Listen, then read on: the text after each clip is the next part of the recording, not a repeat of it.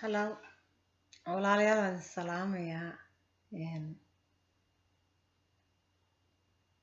dhammaan meesha aad joogtaan. Magacayga waxaa la yiraahdaa Faaiza, oo dadka qaarkood Faith igu yeelaan. Waxaan joogaa waddanka Mareykanka. Waxaan doonayaa inaan wax yar in la qaybsado ku saabsan cabsida. Sababta aan cabsida uga hadlayo waxaa weeye cabsida waxay xirtaa oo xanibtaa qofka koritaankiisa. Waxay xirtaa maskaxdiisa, fikirka xiriirka u dhexeeya rabbiga iyo qofka. Marka arrin muhiim ah weeye in qofku isagoonan fahansaneyn buu haddana cabsanaya. Sababtoo ah cabsida annaga waxaan u naqaanaa qof ku dilaayo oo laga cabsado, iyo maxaa la yiraahdaa qof ku dhacaya laga baqo, jidka laga leexdo. Laakiin cabsi waxaa jirta spirit ah oo qofka una ogeyn because wuxuu ku korayba waxay ahayd inuu sidaan u noolaado. Sidii buu ku jirayaa, waxbuu xeyrinayaa, dhaqan buu xeyrinayaa, dabeecad buu xeyrinayaa. Wixii way la saxsan tahay. Cabsi aa la qabsatay kale maan la yiraahdaa ruuxa. Marka muhiim waaye, sababtoo ah qofka cabsada iyo cabsida iyo isku meel ma galaan qofka aaminka ka.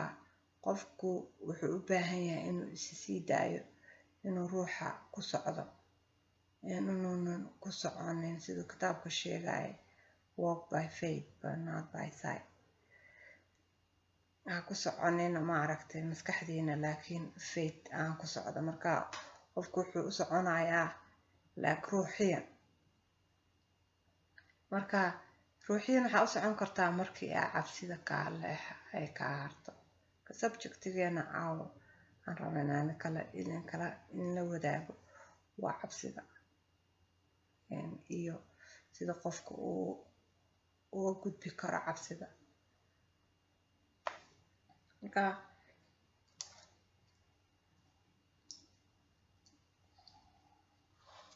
Bible-ka wuxuu ka oranayaa first of all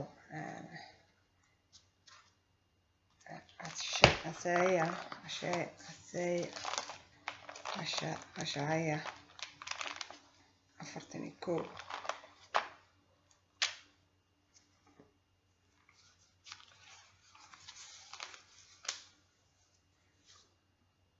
10. Ha cabsanina, Rabbi wuxuuna leeyahay ha cabsanina, waayo waa in la jiraa. Ha nixinina, maxaa yeelay Ilaahiina baan ahay. Amen. Waan idin xoogeyn doonaa, waana idin caawin doonaa, oo waxaan idinku tiirin doonaa midigtayda xaqa ah. Rabbiga wuxuuna leeyahay ha cabsanina. Wuxuuna leeyahay waa idin xoogeyn doonaa. Rabbiga hadduu leeyahay cabsanina, annaga inaan cabsanna ma ahanbo. Hadalka Ilaahay waa hadal nool, waana hadal run ah. Walaalayaalo, siday tahayna in loo qaato way. Ayadda kale oo ka hadlaysa waxaa weeye Matthew 10:28. Matthias Soomaaliga lagu yiraahdo 10:28.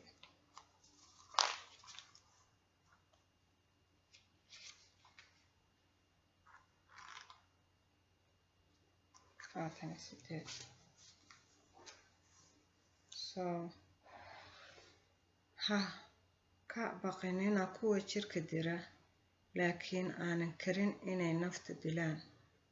waxaadse ka baqdaan kan jahanabada kugu halayn kara nafta iyo jirkaba. waxaa ka baqdaa kan maaragtay oo cadaabta ku geynaya, laakiin kuwa jirka dila waxba kaama qaadayaan. sida dadkeena aan idin sheegana, waxaan naqaanaa qofka wax midi kusoo qaata oo kaasa cabsidaasaan naqaanaa. marka laakiin ruux ilaahay wuxuuna leeyahay kaas ha ka baqinina, kaas jirka unbuu dilayaa. laakiin waxaa ka baqdaan kan mugdiga iyo qalbigaaga gelinhaya oo meel mugdiga kuu wado oo ilaahay connectionkiisa kaa dhuminayo oo jahanabo kuu wada. kaas ka baqa buu leeyahay ilaahay.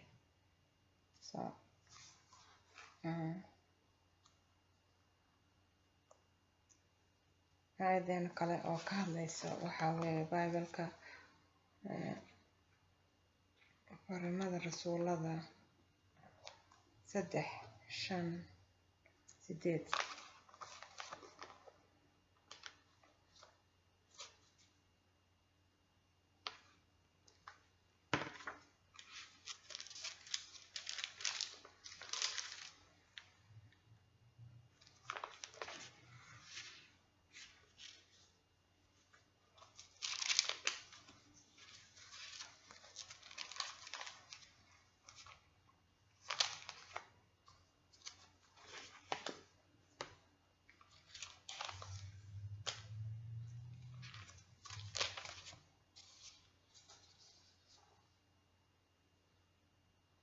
aayadda kasoo horeysa waxa weeye waa mahmaahyada 3:5. qalbigaaga dhammaan Rabbiga ku aamin, oo waxgarashadaada ha isku halayn. jidadka oo dhan isaga ku qiro, oo isna wadooyinkaagu toosin doonaa. qalbigaaga oo dhan Rabbiga ku aamin, oo waxgarashadaada ha isku halayn. maskaxdeena iyo aqligeena isku halaynin, markaas maskaxdeena ma garan karto jidka toosan iyo waxa naga qaldan. jidadkaaga oo dhan isaga ku qiro, oo isna wadooyinkaagu toosin doonaa. walaalayaal aayadaas waxa jidkaaga oo jidadka wuxuu leeyahay qalbigaaga oo dhan isaga ku aamin. Rabbiga qalbigaaga ku aamin.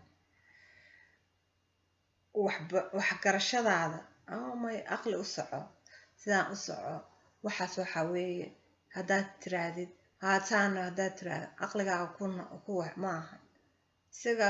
isagaa ilaahay baa na geynaya meesha wanaagsan. laakiin annagu waa inaan ku qiranaa, waa inaan isaga aaminaa. sidaan ku aaminaynaa aqligeena oo dhan iyo waxgarashadeena dhan in dhinacana dhigayna. waxaan leenahay Rabbiyo sideen u soconaa, Rabbiyo na hag, Rabbiyo na kaalme, Rabbiyo na socodsii. waxaad noqonaysaa qof qalbiga ka caruura. sida adiga isku maamuli jirto waad dhigaysaa waxgarashada. qof ciise masiix raacsan aqligiisa kuma socon karo. aqligeena hadduu wax fiican uu yahay oo wax noo waxaynayo, dee wuxuu dembiguna maana galnayn, wax cadaab maba aana gali lahayn. laakiin masiixa bacdama aan aaminay waa bridgekaasna isaga inaan waxa qalbiyadeena dhan ku aamino waay. aqligeena dad isdhahay anigoo isdhahaya aqligayga ma ku socdo, aqliga waan fiicanahay, waa isla aqlisana. waxaan arkaa anoo qaldan.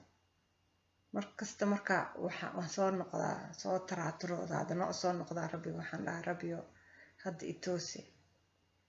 ma aragtay aniga waxba ma ogi. markaasaan haddana meeshii aan ka bilaabaa. marka aqligeena waa inaan Rabbiga ayadan waxay leedahay qalbigaaga oo dhan rabbiga ku aamin oo waxgarashadaada ha isku halayn caqligaaga iyo qalbigaaga oo dhan rabbiga si waxgarashadaadana ha isku aaminin marka jidadkaaga oo dhanna isaga ku qiro rabbi kuma caawinayo haddii aad adiga iscaawinaysid annaga aan isleeno caqligeena ku soconayno ku caawinayo marka aad bay muhiim u tahay in aayadaas maaragtay dadku ay meditation ku sameeyaan ay fahmaan haddii aan fahamsanayn haddaad fahamsan tahay waa fiican tahay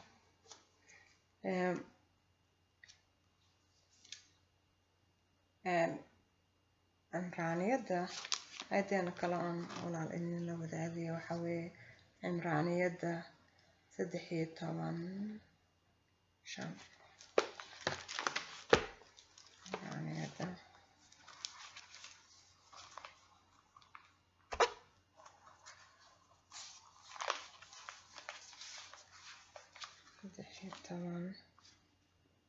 13:5 dabeecaddiina ha ahaato mid aan lacag jeclayn oo waxaad haysataan raalli ku ahaada waayo isaga qudhiisu wuxuu yiri sinaba ku dayn maayo oo sinaba ku dayrin maayo sidaas darteed isaga ku kalsoonaada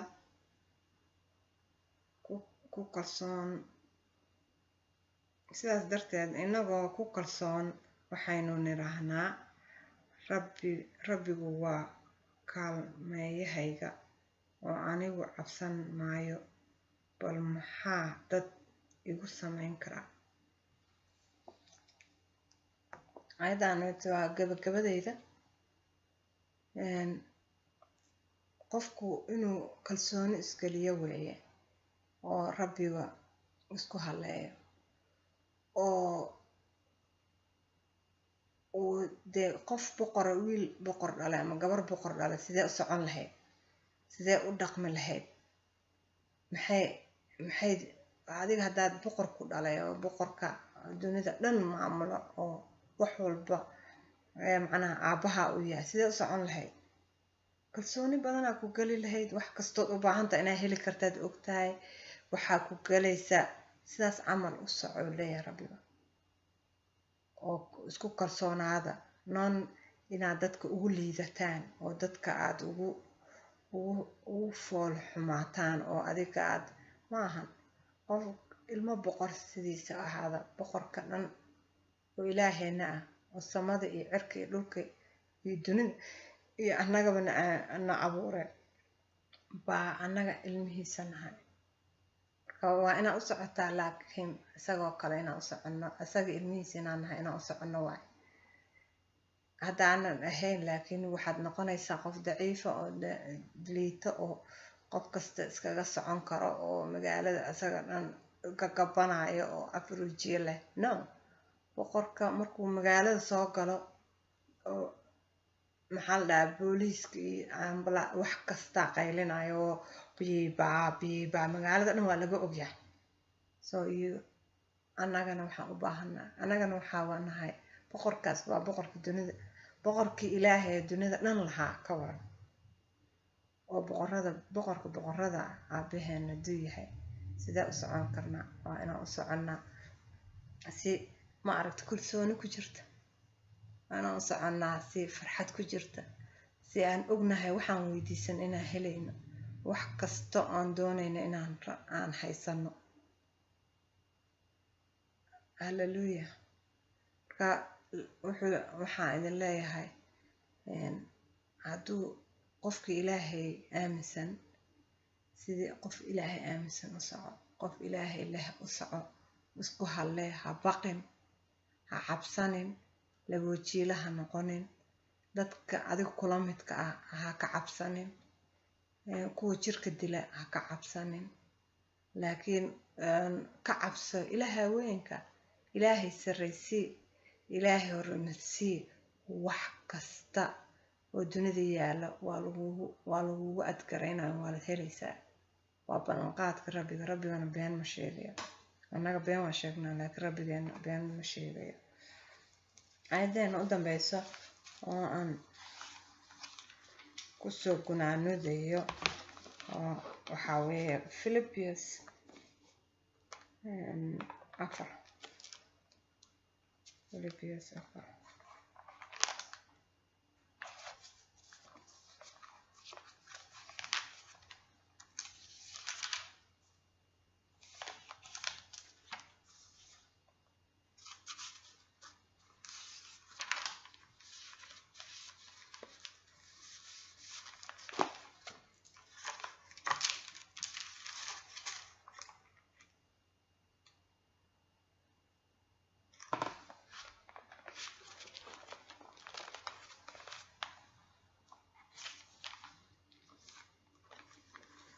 Philippians 4:6. waxba ha ka walwalinina, laakiin wax kastaba baryadiina ilaah ku ogeysiiya, tukasho iyo duco iyo mahadnaqid la jirto. wax walba ha ka walwalinina oo leeyahay rabbiga, laakiin wax kastaba baryadiina ilaah ku ogeysiiya, tukasho iyo duco iyo mahadnaqid ku jirto.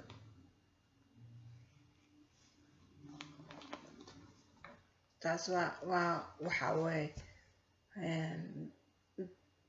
arrin soo xiran oo go-aan weeye, oo ah haddaan ducaysano oon rabbiga ilmihiisa nahay waa nala siinaya. ilaahay ballanqaadkiisa wuxuu yiri iweydiista waan ina siinayaa, gargaraaca waan iska furayaa. so rabbigaa mahad leh in uu rabbigeena hadalkiisa aan aaminsannahay, hadalkiisa uu saas nagu leeyahay. walaalayaal waxaan idin leeyahay cabsanina.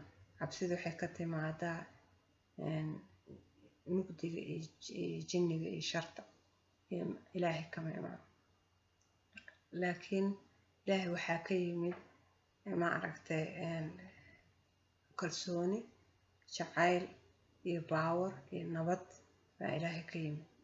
so qofkii yiraahdo waan cabsanayaa, spiritkiisa ma korayo, ma soconayo, ilaahayna lama xiriirayo. ilaa intaa cabsanaysina dee ilaahay wuu ku sugayaa. ilaahay intaas wuu ku sugayaa waqtigaagii ilaa cabsida kaasoo dhamaato. laakiin cabsi kama imaanin ilaahay. waad mahadsantihiin walaalayaalo, sida qiimaha badan aad ii dhegaysateen. intaas waxaan idinku mahadinayaa dhagihiina ay siiseen. waxaan ilaahay idinkaga mahadinayaa, ilaahay idin weydiinayaa in uu qof kasta cabsida ka qaado, cabsi ku jirto. qof kastana uu siiyo ruuxa wisdomka ama aqligiisa aanu ku soconin. ilaahay waxaan ka baryayaa inaan ruuxa si aan ugu soconno aan cabsida iska tuurno. oo rabbiyow cabsida naga tuur. magacaagaan ku canaananaynaa waxay cabsi oo dhan. in Jesus name. Amen. Thank you. Bye.